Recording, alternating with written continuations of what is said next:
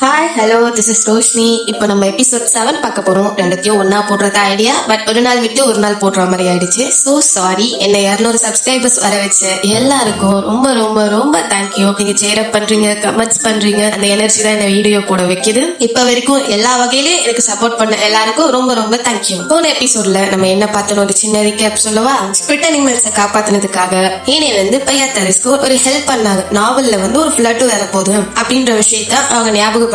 பையாத்தாரிஸும் ஆமா அப்படி ஒரு ஃபிளட் இருக்கு அப்படின்னு சொல்லிட்டு காப்பாத்துறதுக்கான முயற்சியில அவ்வளோ இறங்குறான். அதுக்கு வந்து முக்கியமானதே ஸ்டோன் பேரியர் தான். அந்த ஸ்டோன் பேரியர் அழிக்க மனுஷங்க மூலியமா மான்ஸ்டர்ஸ் பிளான் பண்ணிருக்குன்றதையே பையாத்தாரிஸ் கண்டுபிடிக்கிறான். அதுக்கப்புறம் அந்த மான்ஸ்டர்ஸை ஒன்னோட ஒன்னா அடிச்சுக்க விட்டு அதுங்க எல்லாத்தையும் காலி பண்ணணும் அப்படின்ற முடிவுல இருக்கும் போது அன்பார்ச்சுனேட்லி எல்லாம் கரெக்டா பண்ணியும் பையாத்தாரிஸ் மாட்டிக்கிறான். அந்த மான்ஸ்டர்ஸ் அவளை போட்டு அடிச்சு எழுத்துட்டு போயிருக்காங்க. அந்த டைம்ல தான் நம்ம ரஸ்லானோட என்ட்ரி வந்திருக்கு. நல்லா சாவுக்கு ஏத்த மாதிரி செம்மையா பொண்ணு விளாசிட்டா எல்லாரையும். அவங்க ஆளுங்களுக்கும் சேர்த்து வார்னிங் விட்டுட்டான். என் பொண்டாட்டியை பாத்துக்கிட்டதான் அவங்க வேலை அப்படின்ற மாதிரி. அவங்களும் இந்த மனுஷருங்க கெஞ்சி அதுக்கப்புறம் கடைசியா பயாத்தரிஸ்காகவே அவங்கள உயிரோட விட்டுட்டான். அவளை தூக்கிட்டு போறதோடய அந்த சாப்டர் முடிஞ்சு போச்சு. இதெல்லாம் தான் போன எபிசோட்ல நடந்துச்சு. இப்ப நம்ம சாப்டர் என்னன்றத பாத்திரலாம்.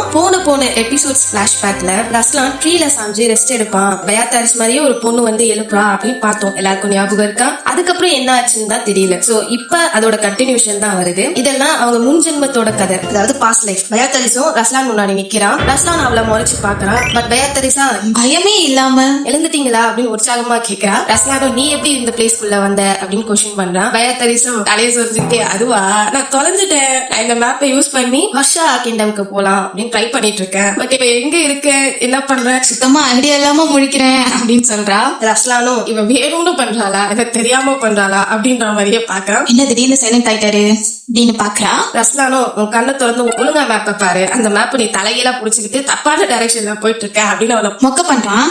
பயாத்தரிஸும் ஆமா பாருங்களேன், அதனாலதான் நான் அந்த ஃபாரஸ்ட்லயே தான் சுத்திக்கிட்டு இருக்கேனா நினைச்சேன் ஆர்வமா சொல்றாள்.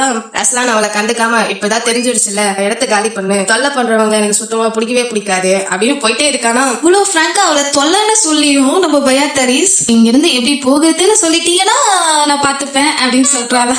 நம்ம ரஸ்லானே ஃப்ரீஸ் ஆகிடுறோம் ஒரு செகண்ட். யாருடா இந்த இம்சை அப்படின்ற மாதிரி ஒரு லுக்கு விட அதோட அந்த பிளாஷ்பேக்கும் கலையுது. இந்த வாட்டி நடந்த எல்லாம் கனவு மாதிரி நம்ம பயாத்தரிஸ்க்கு வந்திருக்கு. பயாத்தரிஸும் கண்ணை முடிச்சு மயக்கத்துல இது என்ன கனவா, எதை பத்தினது அப்படின்னு முடங்க. அப்பதான் அவளுக்கு ரியலைஸ் ஆகுது, ஐயோ நான் மாஸ்டர் கிட்ட மாட்டிக்கிட்டேன் அப்படின்னு பதறி அடிச்சு எழுந்துக்கிறான். பக்கத்துல இருந்த ரஸ்லானும் ஏன் எழுந்துக்கிற, ஒழுங்கா படு, ரெஸ்ட் எடு, உனக்கு ரொம்ப மோசமா அடிபட்டிருக்கு அப்படின்னு சொல்ல பயாத்தரிஸ்க்கு செம்ம சர்ப்ரைஸா இருக்கு. ரஸ்லான் நீங்க எப்படி இங்க, என்ன நடந்துச்சு, நான் இன்னும் கனவுலே இருக்கனா அப்படின்னு கன்ஃபியூஸ்ட் ஆகி கேட்க, உடனே ரஸ்லானும் அவ கைய புடிச்சுக்கிட்டு பாரு இது ஒண்ணும் கனவு இல்ல அப்படின்னு சொல்லி அவன் ஃபேஸ் கிட்ட வேற வச்சு ஹோல்ட் பண்ணிக்கிறானா. சந்தோஷத்துல பயாத்தரிஸ்க்கு ஹார்ட் பீட் எகிரி போய் ஃபீல் ஆகி பாக்குறா. உடனே ஸ்டக் ஆகி ஆனா மாஸ்டர் கிட்ட மாட்டிக்கிட்டனே, அவங்க ஸ்டோன் பேரியர்ஸ் அழிக்க வர போறாங்கன்னு சொல்ல ரஸ்லானு கூலாம் அதெல்லாம் அப்படியே முடிஞ்சு போய் செட்டில் பண்ண வேண்டியதை செட்டில் பண்ணிட்டோம் அப்படின்னு உக்கிரமா சொல்றான். பயாத்தரிஸ்க்கு தெரியுது ரஸ்லான் ரொம்ப உக்கிரமா இருக்காரு போலன்னு. ஓ பரவாயில்ல சூப்பர், பட் நீங்க எப்ப வந்தீங்க அப்படின்னு சொல்லி கேட்க ரஸ்லானுக்கு நர்வஸ் ஆகுது. அதை கண்ட்ரோல் பண்ணிக்கிட்டே கொஞ்ச நேரம் முன்னாடிதான், பட் நான் மட்டும் கையில போட்ட மேஜிக்கை வச்சு கண்டுபிடிச்சு வரலனா ரொம்ப மோசமான நிலைமையில பாத்திருப்பேன் அப்படின்னு ரொம்ப கவலையா சொல்றான். கையில லைட் எல்லாம் ஸ்பார்க்கல் ஆகிறது அவ கண்ணுக்குமே தெரியுது. இது உண்மையான ரியல் மேஜிக்கா, நான் கூட ஜஸ்ட் அவர் என்ன டீஸ் பண்ணிக்கிட்டு விளையாடிட்டு இருக்காரோன்னு தான் நினைச்சேன். ஒருவேளை நான் அடி வாங்கி மயங்கி கிடந்தல்ல, அதை பார்த்துட்டு தான் ரொம்ப டென்ஷன் ஆகிட்டாரு போல. பின்ன யாரா இருந்தாலும் அப்படி ஒரு சிச்சுவேஷன்ல பார்த்துட்டு எப்படி நார்மலா இருக்க முடியும் அப்படின்னு யோசிக்க ரஸ்லானும் சரி நீ ரெஸ்ட் எடு, அப்புறமா நல்லா டைஜஸ்ட் ஆகுற மாதிரி ஃபுட்ஸ் எல்லாம் கொடுக்க சொல்ற, வயிற்றுக்கும் நல்லது அப்படின்னு சொல்லிக்கிட்டே கிளம்ப பயாத்தரிஸும் ஓ அப்படின்னு பேச ரஸ்லானும் ஒரு மாதிரி எழுந்து உன்னை அந்த நிலைமையில அப்படி பார்க்கும்போது என் ஹார்ட் ரெண்டா பிறந்த மாதிரி இருந்துச்சு. இன்னும் கூட நான் மட்டும் உடனே உன்னை தேடி வரலனா என்ன ஆகிருக்குன்னு நினைக்க என் உடம்பெல்லாம் உறைஞ்சு போய் ரத்த ஓட்டமே நின்னா மாதிரி இருக்கு அப்படின்னு பயங்கர வருத்தத்தோட சொல்ல பயாத்தரிஸுமே சாரி உன்னை ரொம்ப கஷ்டப்பட வச்சுட்டல அப்படின்னு சோகமா சொல்றான். ரஸ்லானும் நான் இப்படி எல்லாம் பேசுறது நீ சாரி சொல்லணும்னு இல்ல, உன்னை எப்பவும் அந்த மாதிரி நிலைமையில திரும்ப பார்க்கவே கூடாதுன்னு நினைக்கிறேன் அப்படின்ற மாதிரி திரும்பி நடக்க பயாத்தரிஸும் மனசு உடைஞ்சு பேசுறத கேட்டுட்டு ரஸ்லான் அப்படின்னு சொல்லி கூப்பிடுறான். ஆனா ரஸ்லான் டக்குன்னு ரெஸ்ட் எடு அப்படின்னு கதவை சாத்திட்டு போயிடுறான். அந்த ரூமே சைலண்டா இருக்கு. பயாத்தரிஸும் பெட்ல படுத்து கண்டிப்பா நான் ரஸ்லான் கிட்ட மன்னிப்பு கேட்டே ஆகணும் அப்படின்னு அப்செட் ஆகி தலையில கை வச்சுட்டு புலம்புறா. அதோடவே அந்த டேஸ் முடியுது. ரொம்ப மாசம் கழிச்சு ஸ்ப்ரிங் சீசன் முடிஞ்சு லீவ்ஸ் எல்லாம் ட்ரீல இருந்து விழுந்து ஏர்ல பறக்குது. அவங்க மேன்ஷன்ல ஏதோ மக்களுக்கு குடுக்கல் வாங்கல் போயிட்டு இருக்கு. பயாத்தரிஸும் சேர்ல உட்காந்து ஒரு லீவ்ஸ் புடிச்சுக்கிட்டு இன்னும் வின்டர் ஸ்டார்ட் ஆகல, அதுக்குள்ள பாரு லீவ்ஸ் எல்லாம் ரெட்டா கிளைமேட்டா மாறிடுச்சு. ஆக்சுவலா நார்த்ல சீக்கிரமாவே கோல்டு ஸ்டார்ட் ஆயிடும். சோ அதுக்காக இப்பவே சன்ஸ்டோன்ஸ் எல்லாம் எடுத்து கொடுக்க ஆரம்பிச்சுட்டாங்க. நானும் அயன் பிளட் நைட்ஸோட சேர்ந்து செய்யற மாதிரி தான் இருந்தேன். பட் என்னை இங்கேயே உட்கார வச்சுட்டாங்க அப்படின்னு ஷையா சொல்றான். தனியா ஆள் நடமாட்டமே இல்லாம உட்கார்ந்துகிட்டு இருக்கா போல. இது எல்லாத்துக்கும் காரணம் ரஸ்லானோட அதிகப்படியான கவனிப்பு தான். முன்னு செய்ய விட மாட்டான், எங்க போனாலும் கூடவே வரான், சாப்பாடு கூட ஊட்டி விட நேற்று ட்ரை பண்ணிட்டான் அப்படின்னு சொல்லி கியூட்டா கடுப்பாகிறான். இதுக்கு மேல என்ன ஃப்ரீயா இருக்க விடலன்னா நான் இங்க இருந்து ஓடி போயிடுவேன் அப்படின்னு மிரட்டி கத்துனதுக்கு அப்புறம் தான் பயந்து ஃப்ரீயாவே விட்டா, இல்லைன்னா என்ன ரூம்குள்ளே அடைச்சு வச்சிருப்பான் அப்படின்னு சொல்லி காமெடியா இப்படிதான் பெயத்தரிசு மிரட்டி வெளியில வந்தா அப்படின்னு காட்டுறாங்க. பெயத்தரிசு ரஸ்லான ஷர்ட்டை புடிச்சு இழுத்து கூப்பிட்டு, நான் இங்க பண்றதுக்கு ஒண்ணுமே இல்லையா, எனக்கும் ஆசையா இருக்கு ஏதாச்சும் செய்யணும்னு அப்படின்னு கேட்க, ரஸ்லான் மனசாட்சியே இல்லாம இங்க நிறைய பேர் இருக்காங்க வேலை செய்ய, அதெல்லாம் அவங்க கரெக்டா முடிப்பாங்க, நீ ரெஸ்ட் எடு அப்படின்னு சொல்ல, பெயத்தரிசுக்கு எனக்கு போர் அடிக்குது ரஸ்லான், நான் இத்தனைக்கும் புக்ஸ் எல்லாம் எடுத்துட்டு வந்து படிச்சு முடிச்சு டயர்ட் ஆகிட்டேன், சன்ஸ்டோன்ஸ் எல்லாம் எந்த ஆபத்தும் இல்ல, அட்லீஸ்ட் அதை வச்சு குடுக்கறேனே ப்ளீஸ் அப்படின்னு கேட்க, ரஸ்லானும் அவ கையை பிடிச்சிட்டு, உன் பொண்ணான கைகள்ல அந்த ஸ்டோன்ஸோட பாரத்தை கூட தாங்க விடவே மாட்டேன் அப்படின்னு லவ் டயலாகா பேசுறான்.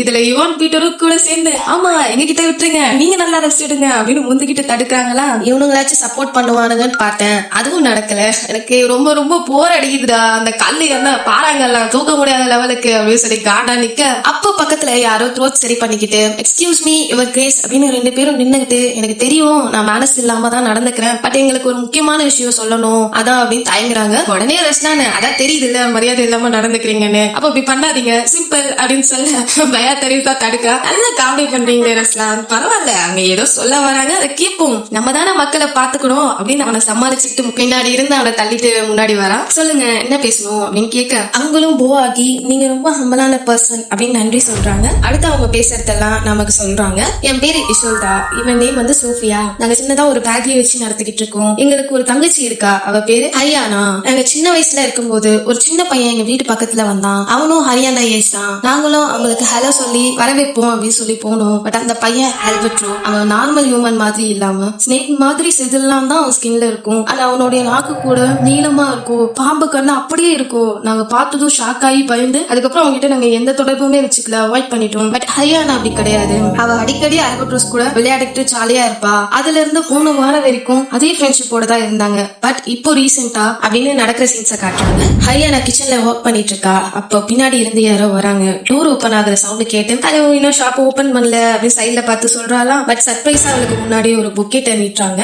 2 பேரும் அப்படியே பாத்துக்கிறாங்க, அது ஆல்பர்ட்ரோ தான் போல. ஹரியானாவும் ஃபிளவர்ஸா அப்படின்னு பாக்குறா. அதுக்குள்ள ஹரியானா, நான் உன்னை பார்க்கதான் இவ்வளவு தூரம் வந்திருக்கேன், இந்த அழகான ஃபிளவர்ஸை வாங்கிக்க மாட்டியா அப்படின்னு ஃபிளர்ட்டிங்கா கேட்க, ஹரியானாக்கு டக்குன்னு நடக்கும் நர்வஸ் ஆகி, நீங்க யாரு அப்படின்னு கேட்கிறான். அவன் சிரிச்சுட்டே, இன்னுமா என்ன தெரியல அப்படின்னு கிட்ட க்ளோஸ் அப்பா வரானா. அப்பதான் அவளுக்கு தெரியுது இதுக்கு வாய்ப்பே இல்ல, வாயடிச்சு அப்படியே ஷாக் ஆயிட்டு ஆல்பர்ட்ரோவா அப்படின்னு அவன் நேம சொல்ல, சோ அந்த ஸ்னேக் பர்சன் சிரிச்சுக்கிட்டே பாக்குறதோட அந்த சாப்டர் முடிஞ்சு போச்சு. ஒரே புது புது கேரக்டர்ஸா இருக்காங்கப்பா. இவங்க என்ன ஹெல்ப் கேட்டு வந்திருக்காங்க தெரியல. சோ அது என்னன்றத நம்ம பாக்கலாமா. பேத்திரிசோ இப்படி சடனா இவ்வளவு ஆன்சம் ஆகிட்டானே, இதுக்கு பாசிபிளே இல்லையே அப்படின்னு சொல்லி கேக்குறா. யசோதாவும் ஆமா அதேதான் அப்படின்னு பெருமூச்சு விட்டுட்டு அதுக்கப்புறம் 2-3 தடவை வந்தான், தொடர்ந்து ஃபிளர்ட் பண்ணிக்கிட்டே இருந்தா ஹரியானா கிட்ட. கடைசியில 2 பேரும் என்கேஜ்மெண்டே பண்ணிக்கிட்டாங்க அப்படின்னு சொல்ல, பேத்திரிசும் இல்ல எனக்கு புரியல, இது நல்ல விஷயம் தானே, சந்தோஷம் தானே படணும் அப்படின்னு சொல்லி கேட்க, 2 பேரும் ஒருத்தர் ஒரு மாதிரி பாத்துக்கிறாங்க. நான் சொல்ல போறது நீங்க நம்புற மாதிரி கூட இருக்காது, பட் நாங்க ஆல்பர்ட்ரோவை அவாய்ட் பண்ண ரீசன் அவன் ஸ்கின் அப்படி இருக்கிறதுனால மட்டும் கிடையாது, அவன் கேரக்டரும் சுத்தமா சரி இருக்காது, எப்பவும் மோசமான விஷயங்களை தான் செய்வான், வீக்கான பசங்களை புள்ளி பண்ணி அடிப்பான், எப்பவும் ஒரு கேங்ஸ்டர்ஸ் கூட்டத்தோட தான் சுத்துவான், பிராங்க் பண்றோன்னு டேஞ்சரஸான விஷயத்தை வச்சுதான் பண்ணுவான். அதுலயும் நாங்க கண்ணுக்கு நேரா பார்த்த அந்த கோரமான காட்சி தான் எங்களை அவனை பார்த்தாலே பயப்பட வச்சது.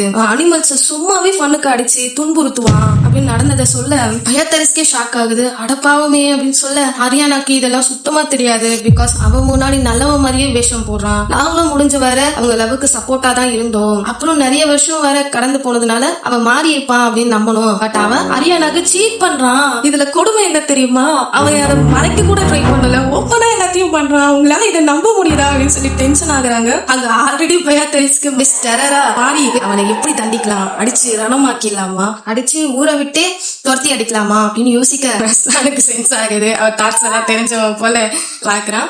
சில மனுஷங்க அப்படிதான் மிருகத்தை விட மோசமா இருப்பாங்க, பட் என்ன இருந்தாலும் அவங்க மனுஷங்க தானே, அதை மாத்த முடியாது. உங்களுக்கு உங்க நிலைமை புரியாம இல்ல, உங்க கோவம் எமோஷன்ஸ்னு எல்லாமே புரிஞ்சுக்கிறோம், பட் எங்களால ஒன்னும் பண்ண முடியாது இதுல அப்படின்ற மாதிரி சொல்ல, அவங்களுக்கு இல்ல ஒருத்தர் எப்படி டோட்டலா அவங்க உருவத்தை மாத்த முடியும், நீங்க இதுலயே தெரிஞ்சுக்கலையா, அவன் ஒரு மான்ஸ்டர் அப்படின்னு சொல்ல, பட் அப்படின்னு சொல்லி ரஸ்லான் அவங்களை தடுத்து பேசுறான். ஆனா உங்களுக்கு உங்க சிஸ்டரை விட்டு அவனே போகணும்னு ஆசைப்பட்டா ஒரு வழி இருக்கு. அவன் ஒரு பாக்ஸ் உங்க சிஸ்டருக்கு கொடுத்திருப்பானே கரெக்டா, அந்த பாக்ஸ்குள்ள இருக்கிறத அப்படியே எரிச்சிருங்க அப்படின்னு சொல்ல, யசோதா பாக்ஸா அப்படின்னு புரியாம கேக்குறா. ரஸ்லானும் உங்க சிஸ்டர் மேல நம்பிக்கை வச்சு இதை பண்ணுங்க, கண்டிப்பா நீங்க நினைச்சதை விட உங்க சிஸ்டர் ரொம்ப ஸ்ட்ராங்கா இருப்பாங்க பாருங்க அப்படின்னு சொல்லி அட்வைஸ் கொடுக்குறானா. ரெண்டு பேரும் ஒரு தைரியமா பாத்துக்கிறாங்க. அப்படியே போவாகி உங்க டைம் எடுத்து பேசுனீங்க, அதுக்காக ரொம்ப ரொம்ப நன்றி அப்படின்னு சொல்லிட்டு அதோட போறாங்க. அவங்க ரெண்டு பேரையும் பாத்துக்கிட்டு பயத்தரிசும் இப்படி அனுப்பி வச்சுட்டோமே அவங்களுக்கு எதுவும் தப்பா ஆகாதுல்ல அப்படின்னு கவலைப்பட, ரஸ்லானும் அதெல்லாம் ஒன்னும் ஆகாது, அந்த பையன் மான்ஸ்டர் கிடையாது, அவன் ஒரு ஸ்னேக்னால சபிக்கப்பட்டிருக்கான் அப்படின்ற மாதிரி வச்சுக்கிய, அவன் கேரக்டரை பத்தி தெரிஞ்சதுனால எனக்கு ஒரு கெஸ் இருக்கு, அவன் ஒரு பாம்பை துன்புறுத்தி ஏதோ பண்ணிருக்கான், சோ அதனாலதான் உனக்கு வந்து சாபம் பிடிச்சிருக்கு அப்படின்னு சொல்ல பயத்தரிசும் யோசிக்கிறான். அடுத்து கொஞ்ச நேரத்துல ரஸ்லான் இங்கே இருங்க இதோ வந்துடுறேன் அப்படின்னு சொல்லி வேகமா ஓடுறாளா. ரஸ்லானும் பயா அப்படின்னு கூப்பிடுறா, பட் அவ சிட்டா பறந்துட்டா. சரி சீக்கிரம் வந்து அப்படின்னு சொல்லிட்டு ஃப்ரீயாவே விட்டுட்டான். அடுத்த சீன்ல பார்த்தா ஹரியானா போயிட்டு கீழே தேடுறா. என்னடா இது மாயமா இருக்கு, இங்கதானே இருந்தது காணுமே அப்படின்னு தேடிக்கிட்டே ஹாலுக்கு வந்து, யசோதா நீ என்னோட ரூம்ல ஒரு சின்ன பாக்ஸ் பாத்தியான்னு கேட்க, யசோதாவும் திருன்னு முடிச்சுக்கிட்ட இல்ல நான் ஒரு ரூம் பக்கமே வரல அப்படின்னு சொல்லிடுறான். அப்படியா, ரொம்ப வித்தியாசமா இருக்கே, நான் இங்கதான் வச்சேன் அப்படின்னு சொல்லி யோசிக்கிறான். அப்ப கடன் ஏதோ ஒரு ஸ்டெப்ஸ் அவங்க கேக்குது. கதவை உழைச்சிக்கிட்டு அவன் வந்து நிக்கிறான். ஹரியானா அப்படின்னு கத்திக்கிட்டே ஆல்பர்ட்ரோ அப்படின்னு சொல்லி அவன் ஷாக்காக நான் உங்ககிட்ட கொடுத்த பாக்ஸ் எங்க அப்படின்னு தான் ஃபர்ஸ்டே அதான் கேக்குறான். உனக்கு பைத்தியங்கத்தையும் புடிச்சு போச்சா, இந்த டைம்ல வந்துட்டு இப்படி கதவை உடைச்சிட்டு நிக்கிறியே அப்படின்னு சொல்லிட்டு யசோதா அதான் கத்துறாங்க. அதுக்கு அவனும் நான் என் ஃபியான்சி வீட்டுல வரதுல உனக்கு என்ன பிரச்சனை அப்படின்னு சொல்லிட்டு மல்லு கட்டுறானா. ஹரியானா தான் இவங்க ரெண்டு பேரும் சண்டை போட்டுட்டு போவாங்க போல இருக்கே அப்படின்னு சொல்லிட்டு, ராஸ்கல் எவ்வளவு தைரியம் வேணா நினைச்சிட்டு இருக்கான் மனசுல, பெரிய புடிங்கினா ஒரு தடவை நான் அடிச்சா உனக்கு தெரியும்டா, உன்னை விட நான் தான் ஸ்ட்ராங்கன்னு அப்படின்னு சொல்லி கத்திக்கிட்டு இருக்காங்களா. நம்ம ஹரியானா தான் ரெண்டு பேரும் அமைதியா இருக்குன்னு சொல்லிட்டு அவனை சமாதானப்படுத்தி ஆல்பர்ட்ரோ வெப்பா வெளியே போய் பேசிக்கலாம் கூட்டிட்டு போறாங்க. வெளியே போனதுமே ரொம்ப பதட்டமா அவளை புடிச்சுக்கிட்டு, நான் உன்னை ரொம்ப லவ் பண்றேன் அது உனக்கு தெரியும் தானே அப்படின்னு சொல்லி கேட்கறான். அதுக்கு ஹரியானாவா எனக்கு தெரியும் அப்படின்னு சொல்லி சொல்றாளா. உடனே அவ கையை புடிச்சு அப்படி அழுத்தினா, நான் உன்னை லவ் பண்ணேன், உன் மேல நம்பிக்கை வச்சுதான் என் வாழ்க்கையிலே ரொம்ப முக்கியமான பொருளை உங்ககிட்ட கொடுத்து வச்சிருந்தேன் அப்படி சொல்லு. ஹரியானா ரொம்ப வலிக்குது ஆல்பர்ட்ரோ அப்படி சொல்லிட்டு கஷ்டப்படுறாளா. அதெல்லாம் கண்டுக்காம அவன் விகாரமாயி, இப்ப நான் மறுபடியும் உங்ககிட்ட கேக்குறேன், உண்மையை மட்டும் சொல்லு, அந்த பாக்ஸ் எங்க அப்படின்னு சொல்லி கேக்குறானா. ஹரியானாக்கு ஒரு மாதிரி ஆகுது ஆல்பர்ட்ரோவை பார்த்து. அவளும் வந்து இல்ல அந்த பாக்ஸை நான் அங்கதான் வச்சிருந்தேன், எப்போ பார்த்துட்டு தான் இருப்பேன், ஆனா இப்போ அப்படி சொல்ல வர, ஏ அறிவு கெட்டவனே, அது நான் உன்னை சேஃபா இருக்க வச்சுக்க சொல்லி தானே கொடுத்தேன் அப்படின்னு சொல்லிட்டு, நீ ஒண்ணுத்துக்குமே லாய்க்கு இல்லாதவ, உனக்கு அதுல என்ன இருந்துச்சுன்னா அது தெரியுமா அப்படின்னு சொல்லிட்டு கத்துறானா கண்ணா பின்னான்னு. நம்ம ஹரியானா இதுவரைக்கும் பார்க்காத ஆல்பர்ட்ரோவை பார்த்துக்கிட்டு இருக்கா. அவன் அதை விட கொடூரமா, உன்ன மாதிரி ஒரு முட்டாள் பொண்ணை நான் பார்த்ததே கிடையாது, உன்னை நான் எதுக்காக சரின்னு ஏத்துக்கிட்ட தெரியுமா, ஏன்னா நீ ஒரு நாய் மாதிரி விசுவாசமா என் காலுக்கு பின்னாடியே சுத்தி சுத்தி வந்துகிட்டு இருப்ப, அதனால மட்டும்தான் நான் உன்கிட்ட வந்து அந்த பாக்ஸை கொடுத்து சேஃபா வச்சுக்க சொன்னேன், ஆனா நான் பண்ணதுல அதுதான் முட்டாள்தனம், உன்ன மாதிரி ஒருத்திக்கிட்ட கொடுத்தேன் பாரு, நீ தொலைச்சிட்டு வந்து நிக்கிற அப்படின்னு மனசுல உள்ள எல்லா உண்மையும் சொல்ல இவளுக்கு ஒரு மாதிரி ஷாக் ஆயிடுது. அது பற்றோ இப்ப நீ என்ன சொன்ன அப்படின்னு சொல்லி கேக்குறாளா. அவனும் ஆமா இப்ப உனக்கு ரொம்ப ஆச்சரியமா இருக்கும்ல, என்னடா இவன் இப்படி எல்லாம் பேசுறானே அப்படின்னு சொல்லிட்டு, நீ மட்டும் அதை தொலைக்காம இருந்திருந்தா நானும் உன்கிட்ட இப்ப எல்லாம் கோவப்பட்டிருப்பனா, எல்லாமே உன் தப்பு தானே அப்படின்னு சொல்லிட்டு சைக்கோ தனமா பேசவும் நம்ம ஹரியானா உடம்பே அப்படியே நடுங்க ஆரம்பிச்சு, என்ன நீ லவ் பண்ணேன்னு சொன்ன, ஆனா நான் கொடுத்த ஒரு பொருளை உன்னால பத்திரமா வச்சு பாதுகாக்க முடியல, அப்ப உன் மேலதானே தப்பு, ஒத்துக்கோ, நீ ஒரு மூளை இல்லாதவ, உண்மைதானே அது அப்படின்னு அவளை அங்க இன்சல்ட் பண்ண. அந்த வார்த்தையெல்லாம் கேட்க கேட்க அவ உடம்பு ஷேக் ஆகிட்டே இருக்கு. அவ முடிய சரி பண்ணிக்கிட்டே, ஒழுங்கா அதை நீ கண்டுபிடிச்சு என்கிட்ட கொடுத்துட்டனா உனக்கு எந்த பிரச்சனையும் வராது, உனக்கு மட்டும் இல்ல உன் கூட ஒரு ஹிட்டு போனவளுங்க இருக்காளுங்களே அவளுங்களுக்கும் சேர்த்துதான். ஐயோ ஆனா அதுங்க அந்த வேலைக்காரிங்களை வித்தா கூட எவனும் வாங்கிக்க மாட்டானே அப்படின்னு சொல்லி முடிக்கல. ஹரியானா கண்ணு அப்படியே வைடாகி ரெண்டாவது செகண்ட் பொலிச்சுன்னு ஒண்ணு போடுறா. முடிச்சிட்டியாடா இவனே அப்படின்னு சொல்லி ஒரு கெட்ட வார்த்தையை நம்ம ஹரியானா திட்டுறாளா. அவன் அடிச்ச அடியில தலையில வந்துட்டு, என்ன நீ அடிச்சிட்டியா அப்படின்னு சொல்லி ஷாக் ஆகி கேட்க, ஆமாண்டா அடிச்சேன், அதுக்கு என்ன பண்ணும் இப்போ, நான் எல்லாரும் உன்னை தப்பா பேசும்போதும் சரி நான் உன்னை நம்பினேன், அதனால நீ இப்ப சேஞ்ச் ஆயிடுவ இல்ல அப்போ சேஞ்ச் ஆயிடுவேன்னு சொல்லிட்டு வெயிட் பண்ணிக்கிட்டே தான் இருந்தேன். எப்பத்துல இருந்து தெரியுமா, நம்ம சின்ன வயசுல இருந்து எனக்கு நானே சில டைம் சொல்லிப்பேன், நீ இப்படி மோசமா நடந்துக்க காரணம் உன்னோட ஸ்கின் இப்படி ஆனதுனாலதான், பட் உள்ளுக்குள்ள நீ வந்து ரொம்ப நல்லவ, இதெல்லாம் சரியானா நீயும் சரியாயிடுவ, உனக்கு அன்பு பாசம் தான் தேவைன்னு நினைச்சு இதெல்லாம் பண்ண, பட் நீ என்னையே மிரட்டினதும் இல்லாம என் அக்காவை வர தப்பா பேசுறியா நீ அப்படின்னு மனசுல உள்ள எல்லாத்தையும் சொல்லிட்டு நான் தான் உன்னை சரியா புரிஞ்சுக்காம தப்பாவே நினைச்சு வாழ்ந்துட்டேன், இனிமே நம்ம ஃப்ரெண்ட்ஸ் கூட கிடையாது அப்படின்னு சொல்லிட்டு அங்கிருந்து போகிட்டே இருக்காளா. ஆல்பர்ட்ரோவா ஐயோ அப்படின்னு சொல்லிட்டு அவனுக்காகி வேகமா எழுந்து அப்படியே பம்பிக்கிட்டே வந்து அரியானா தெரியும் நான் கோபப்பட்டது தப்புதான், நான் உன்கிட்ட கொஞ்சம் கடுமையா தான் நடந்துக்கிட்டேன், சாரி அரியானா அப்படின்னு சொல்லி கெஞ்சிட்டே வரானா. ஹரியானா நீ சொல்ற சாரியை நான் ஏத்துக்கிறேன், ஆனா என் முடிவு ஒண்ணுதான் அப்படின்னு தீர்த்து சொல்றாளா.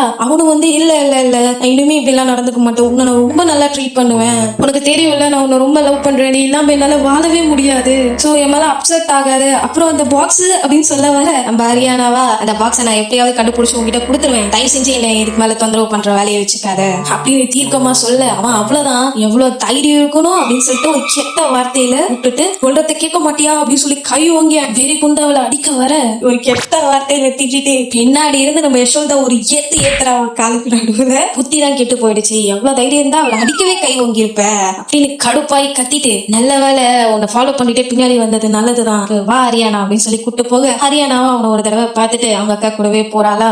அப்படியே தரையில முக்கிக்கிட்டு இருந்தவன் எழுந்து சரி உனக்கே அவ்வளவு திமுறா, நான் உன்னை விடாம நாய் போல கெஞ்சிட்டு வருவேன்னு நினைக்கிறியா, இதுக்கப்புறம் வெட்டிங்க கிடையாது ஒண்ணும் கிடையாது, எல்லாத்தையும் நிறுத்துறேன், அப்ப பாக்குறேன் நீ என்னதான் பண்றன்னு அப்படின்னு கத்திக்கிட்டு வாழை பிடிச்சி எப்படியோ பேலன்ஸ் பண்ணி எழுந்து ஊர்ல எல்லாருக்கும் உன்னை பத்தி சொல்லி தப்பா பேச வச்சு உன்னை வெளியில தலை காட்ட முடியாம பண்றேன் பாரடி அப்படின்னு சொல்லிட்டு இருக்க உடனே ஒரு குரல் கேக்குது, இவன மாதிரி ஒரு கேவலமான ஜென்மத்தை என் வாழ்க்கையில நான் பார்த்ததே இல்ல அப்படின்னு சொல்ல இன்னொருத்தரும் நான் தான் சொன்னனே இந்த காலத்து பசங்களுக்கு எல்லாம் வந்து பாடம் நல்லா சொல்லி கொடுக்கணும் அப்படின்னு பேசிக்கிறாங்களா. அவனுக்கு ஒண்ணுமே புரியல, சுத்தி சுத்தி பாக்குறானா அவன் வாழ்ந்த டைம்ல மட்டும் இப்படி நடந்துருந்துச்சு, கௌரவம் ஈகோ இது எல்லாத்தையும் தூக்கி வச்சுட்டு அவன் லவ்வர் கால்ல விழுந்து கெஞ்சுவாங்க அப்படின்னு மிரட்ட அவனுக்கு பயம் வருது, யாரா நீங்க வெளியே வாங்கடா அப்படின்னு சொல்லி கெட்ட வார்த்தையில திட்டுறானா. உடனே ஒரு மீச வச்சு தட்டிமடான கோஸ்ட் வந்து ஒருத்தர் நிக்கிறாரு, என்னப்பா மனசு சுத்தமா இல்ல, உன் கண்ணுக்கு தெரியலனாலும் பெரியவங்களுக்கு மதிப்பு கொடுக்கணும்னு தெரியாதா அப்படின்னு 2 பேரோட கையும் அவன் ஷோல்டரை புடிச்சு நசுக்க அவன் அப்படின்னு வழியில துடிக்கிறானா.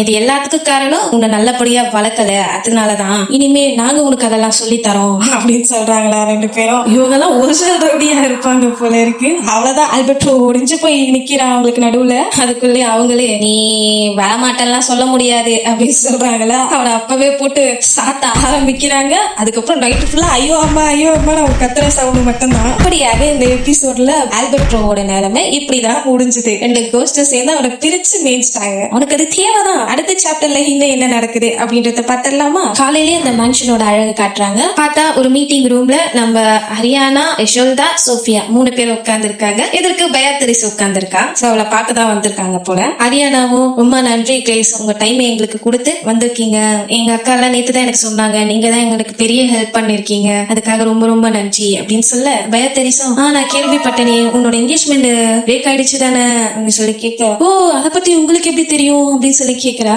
மனசுக்குள்ளேயே நம்ம பயாத்திரிஸ் நான் தானே கோஸ்டுங்களை அமைச்சு உனக்கு ஹெல்ப் பண்ண வச்சேன் மனசுக்குள்ள அப்படி நினைச்சுக்கிட்டு வெளியில ரூமர்ஸ் எல்லாம் காட்டு தீ மாதிரி பரவும் உனக்கு தெரியாதா அப்படின்னு கேஷுவலா டீ குடிக்கிறாளா. ஹரியானா கையில இருந்த டீ கப் அப்படியே வச்சுக்கிட்டு நீங்க என்ன கேட்டீங்களோ அதே மாதிரிதான் நடந்துச்சு, என் என்கேஜ்மெண்ட் பிரேக் ஆயிடுச்சு அப்படின்னு சொல்றா. பயாத்திரிஸோ ஏதாவது பிரச்சனை பண்ணானா அப்படின்னு சொல்லி கேட்க, லக்கிலி அவன் எதுவுமே பண்ணல, பட் அவன் கூட நான் பிரேக்கப் பண்ணிக்கிறேன் அன்னைக்கு ரொம்ப வித்தியாசமா நடந்துக்கிட்டான், அவன் சொன்னதெல்லாம் வந்து என் பக்கத்துல 2 பேர் இருக்கானுங்க அவனுங்க எப்படியாவது துரத்து அப்படின்னு அழுதான் கதர்னா. அதுக்கப்புறம் எழுந்து திடீர்னு ஓட ஆரம்பிச்சான் பயத்துல அப்படின்னு சொல்ல, அதுக்கப்புறம் கொஞ்ச நாள் கழிச்சு அவனை திரும்ப பார்க்கும்போது எனக்கே ஷாக் ஆயிடுச்சு, அவனோட உடம்பு பழையபடி பாம்பு மாதிரியே மாறிடுச்சு, எனக்கு தெரிஞ்சு அவன்கிட்ட ஏதோ ஒரு பாக்ஸ் கொடுத்தான், அதனாலதான் உனக்கு இப்படி ஆகிருக்குமோன்னு டவுட்டா இருக்கு, எப்படியாச்சும் உனக்கு அந்த பாக்ஸை கண்டுபிடிச்சு சீக்கிரம் கொடுத்தே ஆகணும் பட் அப்படின்னு சொல்லிட்டு யசோதாவை பாக்குறாளா. யசோதாவும் பெருமூச்சு விட்டுட்டு ஆக்சுவலி அந்த பாக்ஸ்ல என்ன இருக்குன்னு அப்படின்னு நான் பார்க்கும்போது அதுல ஒரு ரொம்ப பழைய பாம்போட தோல் உரிச்சு போய் இருந்ததுதான் இருந்துச்சு, அது பார்க்கவே ஒரு மாதிரி அருவருப்பா இருக்குன்னு சொல்லிட்டு இது என்ன இருந்தாலும் மத்தவங்க பொருள்ன்றதுனால என்னால அதை எடுத்து எரிக்க முடியல,